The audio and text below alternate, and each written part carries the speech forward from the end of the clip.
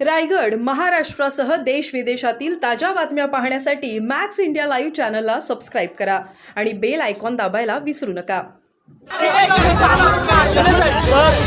आपल्या आंदोलन करत होते, सगळे निदर्शन करत होते, सगळेजण कव्हर करते। या कव्हरेज करणाऱ्या आमदारांच्या समोर विधान भवन पोलिसांनी भिंत करून उभे राहिले, कोणाशी बाईट घ्यायची नाही, कोणाला काही कव्हरेज करते नाही, अशा प्रकारे सगळे ढकलत होते। खूप वाईट पद्धतीने एक पोलीस अधिकारी येऊन सांगतो तुम्हाला बघून नाही कव्हरेज करू नका, विधान भवन कव्हरेज करू नये म्हणून सरळ विषय खूप लोकशाहीचा चौथा स्तंभ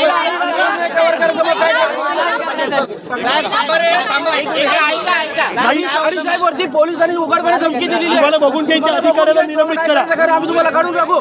बाईच्या अधिकाऱ्यावरती कारवाई झाली पाहिजे। पोलिसांच्या विरोधात आमचं आंदोलन आहे। पोलिसांनी उघडपणे मीडियाला धमकी दिली।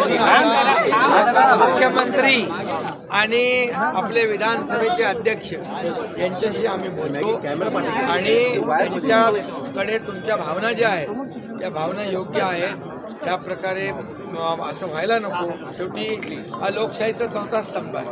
तुम्ही एवढी मेहनत करून सगळ्या गोष्टी बातम्या लोकांपर्यंत पोहोचवता, अन्यायाला वाचा फोडता, लोकांना न्याय मिळून तुमच्यामुळे मिळतो। त्यामुळे जसं बघा पोलिसांना न्याय मिळवून देणारा हा इकडे बसले आणि तर आपण अध्यक्षांनी विधानसभेचे अध्यक्ष आहेत त्यांच्याशी आम्ही बोलतो, मुख्यमंत्र्यांशी बोलतो आणि याच्यातून आपण दोनच मागण्या आहेत आमच्या। एक विषय असा आहे निलंबित करा, दुसरा विषय असा आहे की ते फुटेजमध्ये आला असेल आम्ही दाखवतो। मला बोल धमकी दिली आहे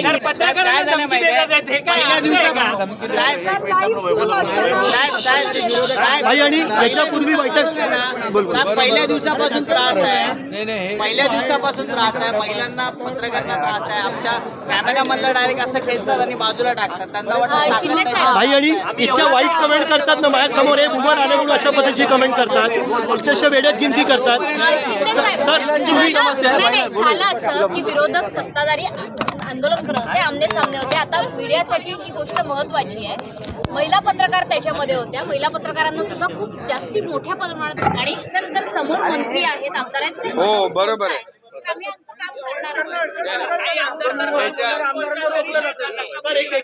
ही बाब आम्ही गांभीर्याने अध्यक्षांना पोहोचवा।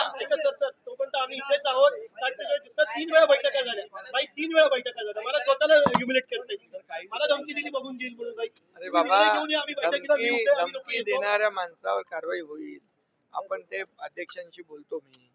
आता तुम्ही माझी विनंती आहे तुम्हाला, मग तुम्हाला आता समजा न्याय मिळाला नाही तर तुम्ही परत आहे ना आंदोलन करायला, पण आता होऊन बोला त्यांना पण बोलवतो। इथले जे प्रमुख अधिकारी जे आहेत ना, प्रमुख त्यांनाही बोलवायला लावतो मी अध्यक्ष।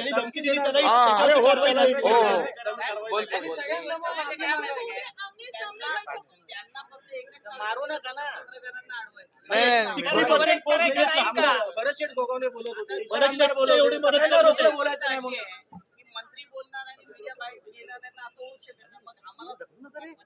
नाही तुमचा पर्याय, तुमचा आवाज कोणी दाबू शकत नाही। लोक तुम्ही सगळ्यांचा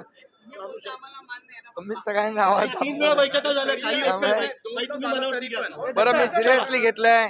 चला या उठा, चला अरे उठा ना, मग